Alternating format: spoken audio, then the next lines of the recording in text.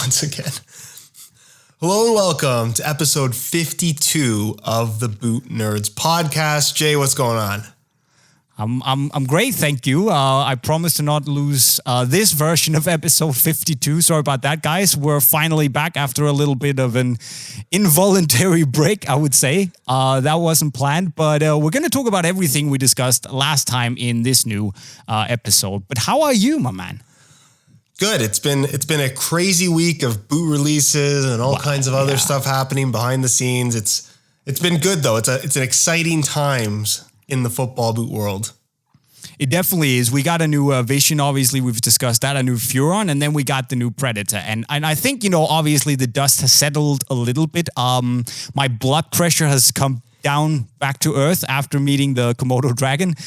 So I think now would be a good time to really go into the nitty gritty of the new Preds, the 20 pluses, and of course also the 20.1s, which I know you like quite a lot. But I think we're going to get into that a bit later because guys, don't forget that if you enjoy the podcast here and you want to see more, well, leave us a thumbs up on the video so we know we're doing a decent job. You can also leave us all your questions in the comment section right down below. We're going to try and answer as many as we can in the next couple of episodes. And of course, if you haven't subscribed already, I don't know what you've been doing, but now is the time to do so. Any other words before we get rolling with this? No, but I will say that as upset as we both were that the episode we recorded last week, in amidst the crazy hype around the new Predator, I think it was a really entertaining episode. I'm kind of glad that we're doing this now a week later because the hype has died down a little bit, and it has. It's been very interesting to watch how people have responded to this boot because I feel like even in just a short period of a week, I've seen a lot of people kind of change their mind on it, for better or for worse. I've only seen people with positive responses to this. I'm surprised on how well people have taken to the 20 pluses. I was expecting people to accept the 20.1 a little bit easier, but the 20 plus has really, to the masses out there who won't get, as hyped as you and I do, or other of our Boot Nerd podcast listeners, big up, people who aren't as super into football boots, they have also been very excited about this. They know the Predator name, it carries some weight, and obviously coming out with a radical design like this, I think adidas have done something right because it is wild, and it was it was gonna split the waters, right? But I think they've actually surprised me with how well they've been received. Yeah, I loved the idea of bringing back the Predator name, but based on the popularity and hype around the original Return of the Predator, it led me to believe that maybe the Predator name did not hold the weight that it once did. But I think that with the release of this new 20 plus and the Demon Skin tech, which is basically the return of rubber elements on the Predator series, I think what Adidas has proven now is that those longtime Predator fans, they're still there. They've just been waiting for a proper return of the Predator, which I think we have now. And the response has definitely reflected that, right? I expected a lot more. I'm not really interested in the Predator anymore, but that has not been the case at all. I think not only are the old school Predator fans kind of returning and are intrigued again by what Adi is doing here, but I think they're winning over a lot of new people here because not only is this an interesting product, it's for the first time in a while, I would say, in the football boot industry, we have something that really separates itself from every other football boot that you can buy, which is what I always loved about power boots. It was always like this weird, unique striking element. I would say a lot of them were kind of on the uglier side. This I don't think is like that at all. I think it's a very cool looking boot, but there was always that one element about them where you just had to try it in order to understand what it was like. And I think that's kind of gone away from football boots in the last decade or so. Seems to be back a little bit with this brand new Pred. Yeah. Two things. Are we really going to have this discussion again about whether it's a control or a power boot? I think we should save it for later, but maybe, what I wanted to pick up on was that you said it's unique. And that's what I really enjoy about the Pred. And also the where is it? It's here. The 20.1. Because it's not afraid to be a predator. It's not afraid to be different. And what I like here is that the rubber elements, the demon skin, that is the star of the show. And without it, it would kind of just be another knitted sock-like boot, fitting in with all the other boots out there. So it's not afraid to do its thing. Some people will really be turned off by the grip and by the looks and how aggressive it is. But I also think that to the people that it appeals to, and to the people who are interested, it will be a very strong appeal, and it's really like it's tapping into a niche, but it's also really hitting the people within that niche, and then the question is whether it can also hit the masses, and I think it might just be breaking down that wall between the niche and the masses as well, and that's going to be interesting to see how popular it is going to be generally. Can it be the most? I think Adidas are hoping for it to be the best-selling Adidas boot out there. But I think it's fair to say the previous two Preds, they weren't. But I think it has potential, right? I like the commitment to something very specific with this boot. Commitment, that's a good word. Right? Because there's so many football boots now. They're all knitted uppers. They're all relatively thin. They all have something similar about them. And I've had so many people ask me over the last week and a half, what's the best comparison to the new Pred, either the 20 plus or the 20.1. And there isn't one. There is nothing else. If you want the feeling of this boot, you have to buy this boot, which is something that I like. And I think if we look back in history on the greatest football boots of all time, I think every single one that you would put on a list would have something about it that is very specific to that product. I think that's really what has made the Mercurial series so successful over the years, is because, and we've said it on this podcast, I don't know how many times, while there are other great speed boots out there, there's nothing like a Mercurial. It just has that something very specific about it. And we have that now with this new Pred. So what you're kind of saying is that the Pred has this X factor that might turn it into one of the greats. Is that what I'm hearing? That's a bold statement. I think it has that potential. I think if we look in 10 years from now, if power boots are back and popular again, this is the catalyst for that happening.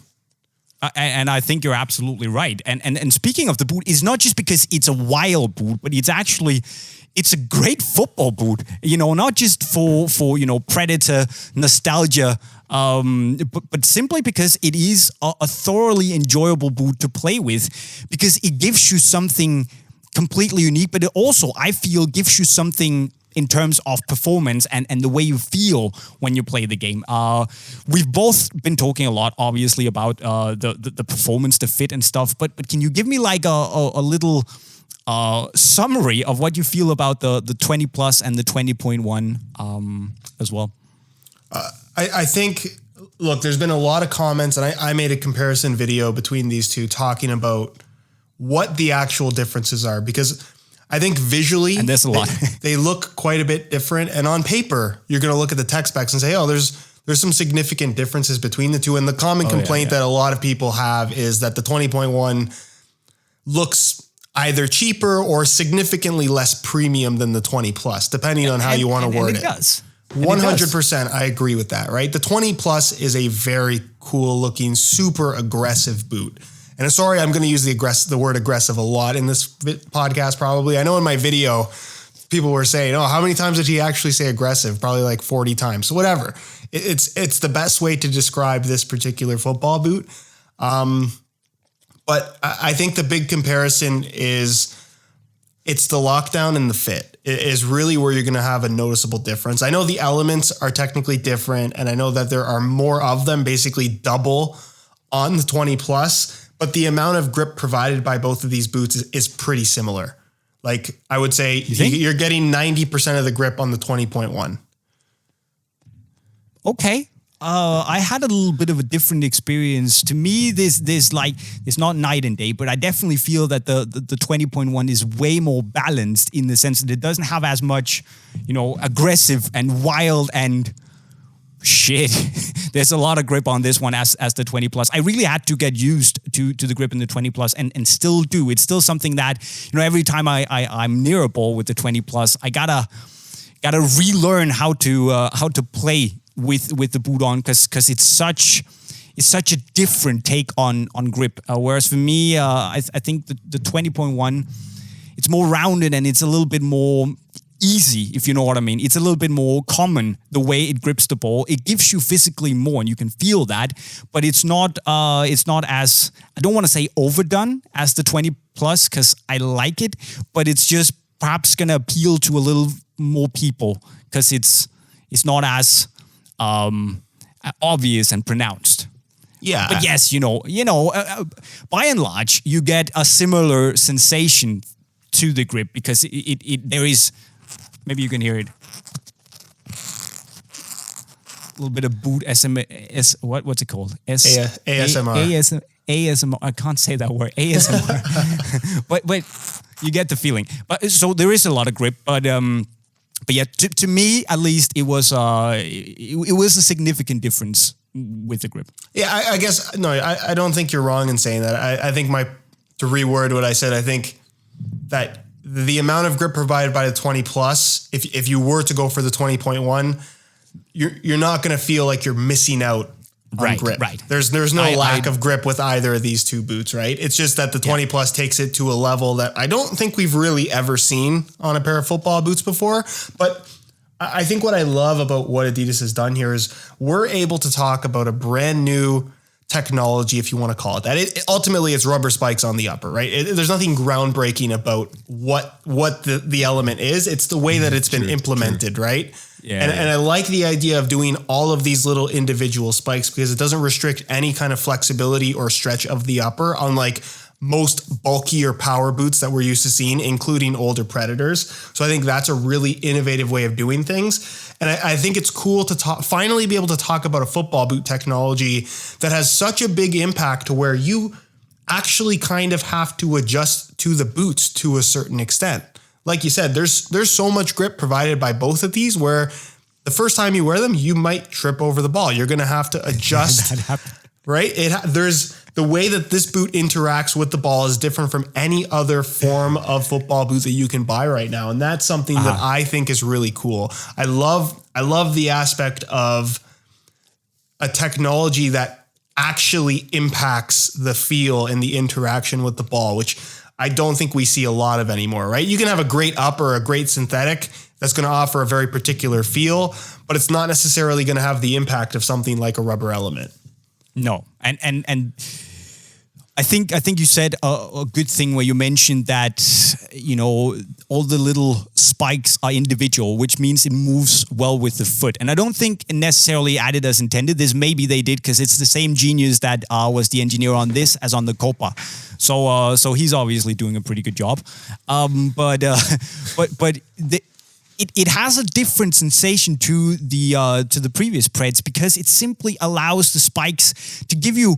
It allows the boot to give you as big of a connection area with the ball, no matter how your foot is shaped. So because of the fact that it can now, it's basically a knit piece. It has a relatively soft inner liner, so it means that the only thing that can really impact the shape of the boot on your foot is the shape of your foot. And because you have all these little elements, it basically means that they're going to follow the exact shape of your foot once you break it in and give you that completely one-to-one little stimulation through the spike to your foot. So you actually feel a lot of the ball as well. And it's a very nerdy thing to think about. I realize that, but it's just something that is utterly brilliant and a big, big difference maker to me in both the 20 plus and the 20.1. No, it's a noticeable thing. I have what is maybe not regarded as an all-time great Predator, the Predator Instinct, which was the last model before they killed it off. I was personally a big fan of this boot, although there's a lot of things about it that are kind of garbage. Let's be honest. But it was powerful, and that's enough for you, right? The Soleplate stud pattern, I've never been a fan of it, But I think that the combination of the hybrid touch as well as the elements, which, complete side note, I would have loved to have seen the upper of the 20.1 be hybrid touch. That would have been sick. Yeah, that would have been sick, yeah. But just talking about the elements being broken up rather than kind of having more solid elements like they did on this boot, what I never liked about the Instinct and what I always found to be a little bit uncomfortable is you can see how these elements around the toe box and the forefoot, they go right into the base of the sole, and it really restricts the movement and the stretch of the upper in that area of the foot. So you have this kind of predetermined shape where if your toes aren't exactly that shape, they're kind of pressing against this rubber no matter what. And you don't get that because of the way that they did the elements on this new Pred, which is really, really smart. But the thing is this, Josh, is this a proper Predator? I mean, I know it's a ridiculous question because I know the answer. I know you're going to say yes, but is the Predator really back with this?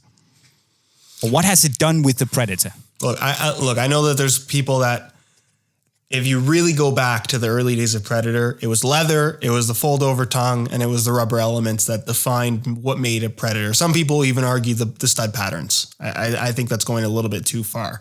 But for me, what always drew me to the Predators as a kid was not so much the leather, it wasn't so much the fold-over flap tongue, it was the rubber elements. I loved the sensation of being able to strike the ball and having that little bit of extra grip. I know it's been marketed in different ways. Even remember when the Power Swerve had the swerve version, the power version, and then the control version that had very, very slight differences. It was actually kind of sad that they were even marketing them as different things. But I think it couldn't be denied that it was easier to generate spin because of the added grip provided by the element. And you definitely get that with this particular boot. So for me, while I'd still love to see a leather version of this boot, and I think it's possible given what we've seen with Fusion Skin technology on the Predator Archive. It has to happen. Right? It's definitely doable. Whether or not they'll do it is a completely different story. But I think what they've given us makes sense given the current landscape of football boots, and I think what the vast majority of younger consumers want, because ultimately that is who they're going after. And like you said, I think Predator has always been, for me at least, and it might be different. Some people out there might want to crucify me for this, but for me, Predator has always been about the grip elements, just like you say. And at the end of the day, it all started with Craig Johnston wanting to generate, or the kids he was teaching, he wanted them to generate more swerve on the ball by thinking of using a table tennis bat. And they said, we don't have like little rubber dots on it like the table tennis bat does. So he went home, stripped the table tennis bat, slapped it on the Predator, and that was kind of how the whole idea was done. And you kind of get the feeling, I'm not sure if this is actually the case, but you kind of get the feeling this is what Adidas were looking at. Okay, what if we take that table tennis bat and we just amplify the feeling 20 times? And maybe this is what they got. So for me, it's just using, as you say, modern technologies, giving you what the Predator is about, but avoiding all the, the drawbacks of having heavy, chunky, maybe also slightly more powerful boots, which it's not really one of those things compared to the older boots. But I feel this is what a Predator in 2020 should be. And that's what I like about it. Yeah, it's such an impact. Is it fair to say that out of every football boot technology out there that's based around touch, the way that your foot interacts with the ball, this is the most impactful of anything you can get right now? I think you're forgetting like the biggest, most groundbreaking, innovative technology of all times, ACC. ACC is true. You're right. You're right. Totally invisible technology.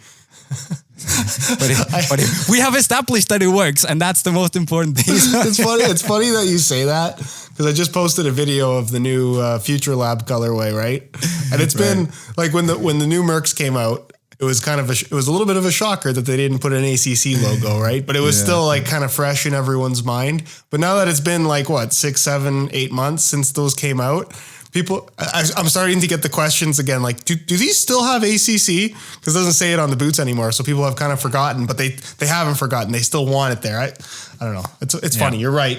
ACC, we can never not forget, by far the most important football boot technology. Second only to ACC, yeah. Second only to ACC. But like, for me, jokes aside, you're right. You are right. Yes. If we're in a free kick competition, as much as I love a leather boot, my tendency when shooting a free kick is I'm trying to be consistent. I will probably try to curl it to the top right corner. That is, for me, I think the best shot, my most accurate, consistent shot.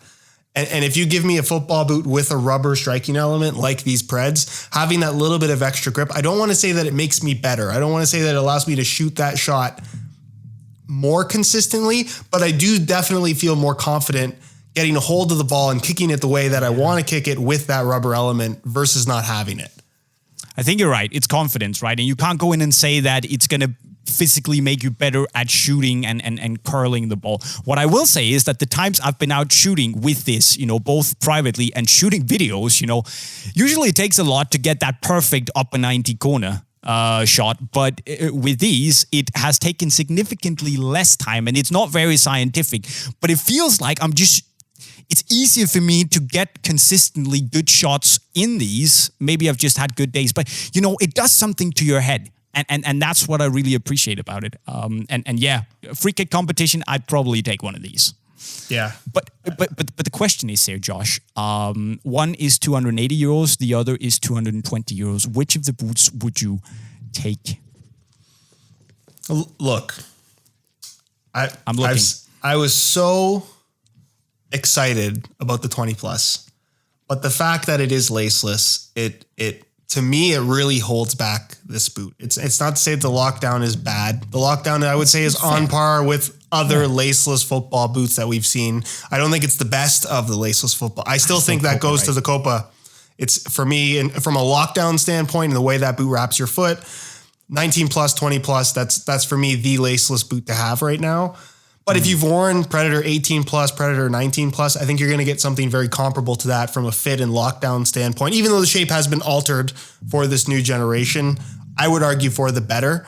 But it still has the downsides of a laceless boot when it comes to lockdown and responsiveness, which to me is a very important thing, especially when it comes to striking the ball. Because I just feel like planting your foot for that strike is such a big thing and there's so much force being applied to that plant foot. For me, it's always been an issue where I feel like my foot is sliding forward too much.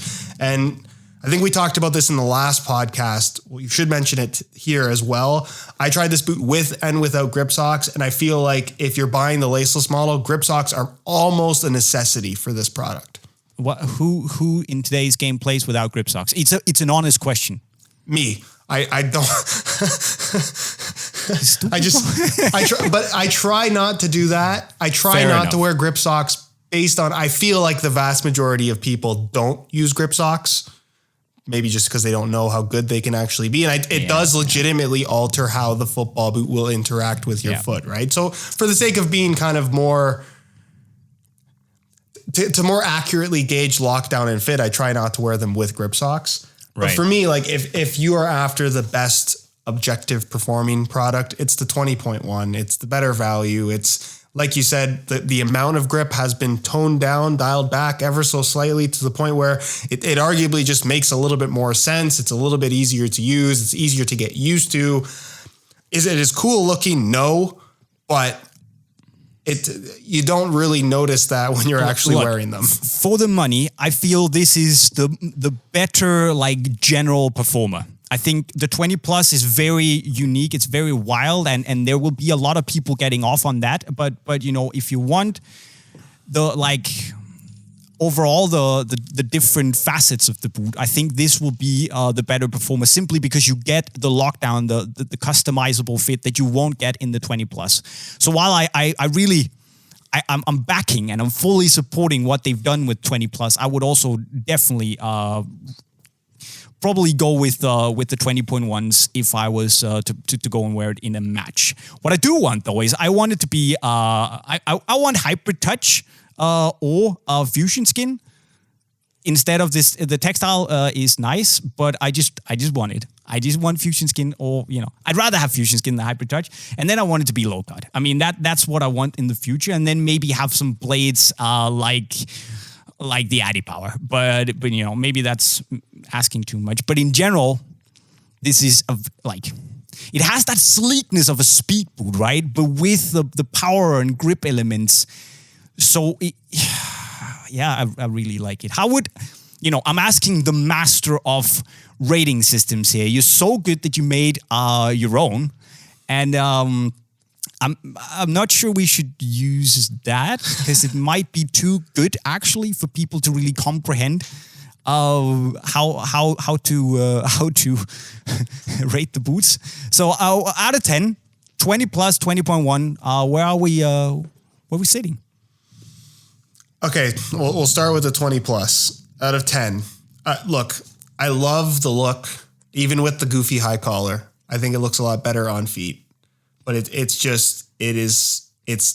chaos in the form of a football boot, which I think is a good thing.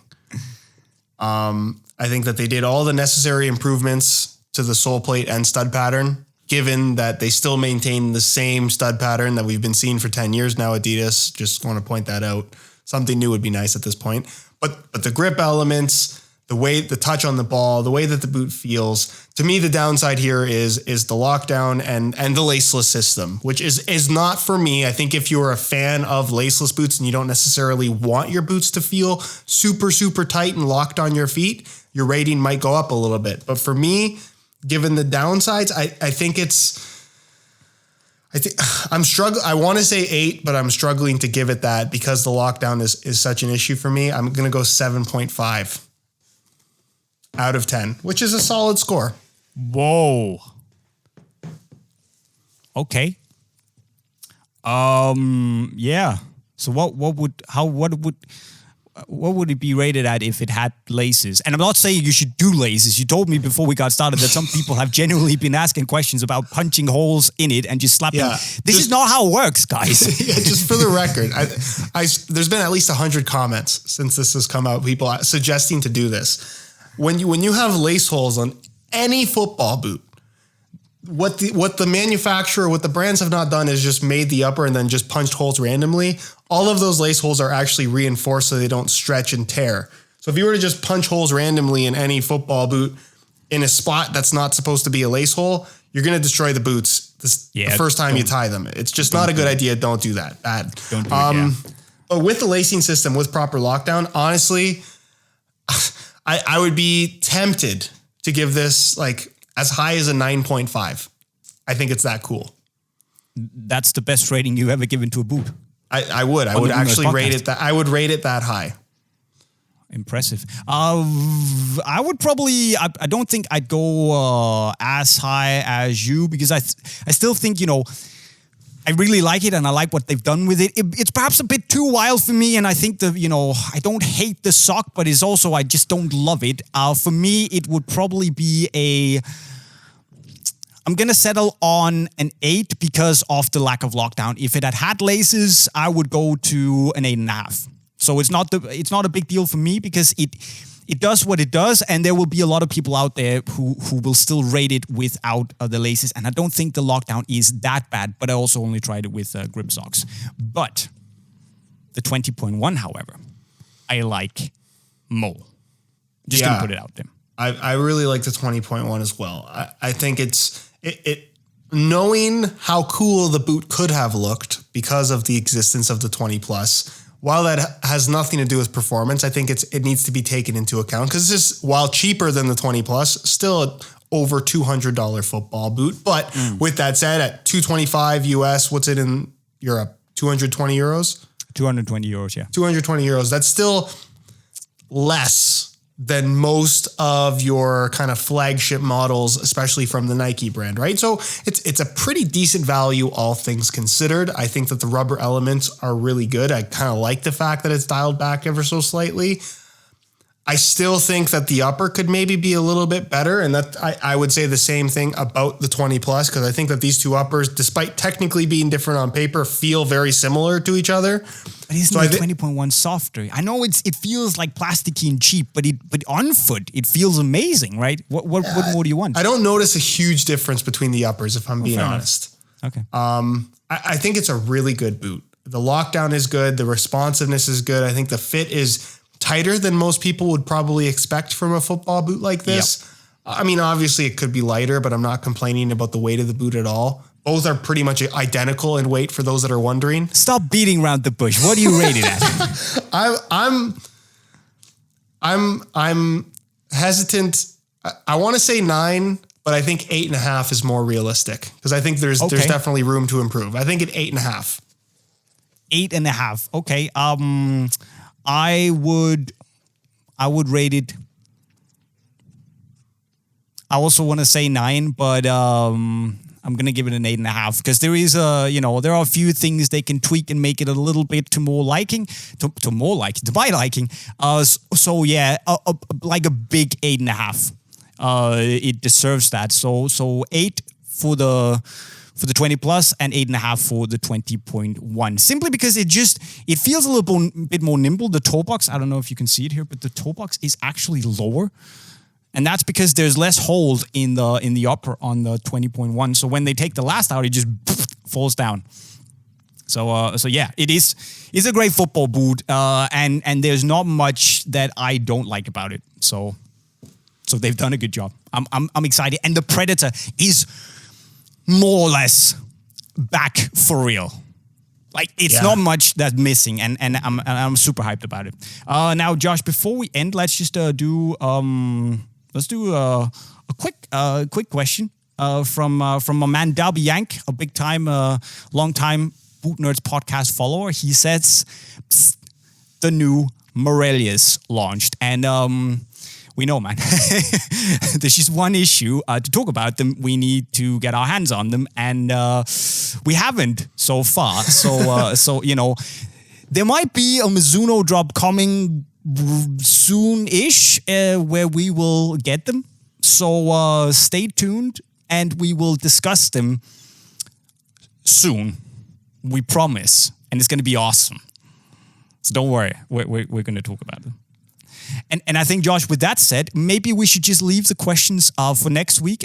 Maybe have a few more questions next week, and then let people, bring the questions. Leave them in the comment section right down below. Do you have any more notes before we end this thing off?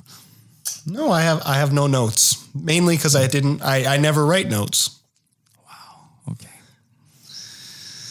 Yeah. So with that said, guys, what an epic way to end. If you have any questions about why Josh doesn't take any notes, well, you can leave them in the comment section right down below. We're going to answer them next time and the time after that. If you haven't already subscribed to the Boot Nerds podcast, I don't know which rock you've been hiding under, but you can click the white bubble. It is now in the middle of the screen. You can also go and see what Josh is up to by clicking the subscribe button over on his side. You can see what we're up to at Unisport. Go subscribe to our channel by hitting the green bubble somewhere over here. And don't forget to leave a like on the video if you had a good time. And with that said, I've been JayMike, and I approve this message. Yeah, they got it. That was impressively fast. Thank you. I've been practicing 52 times now.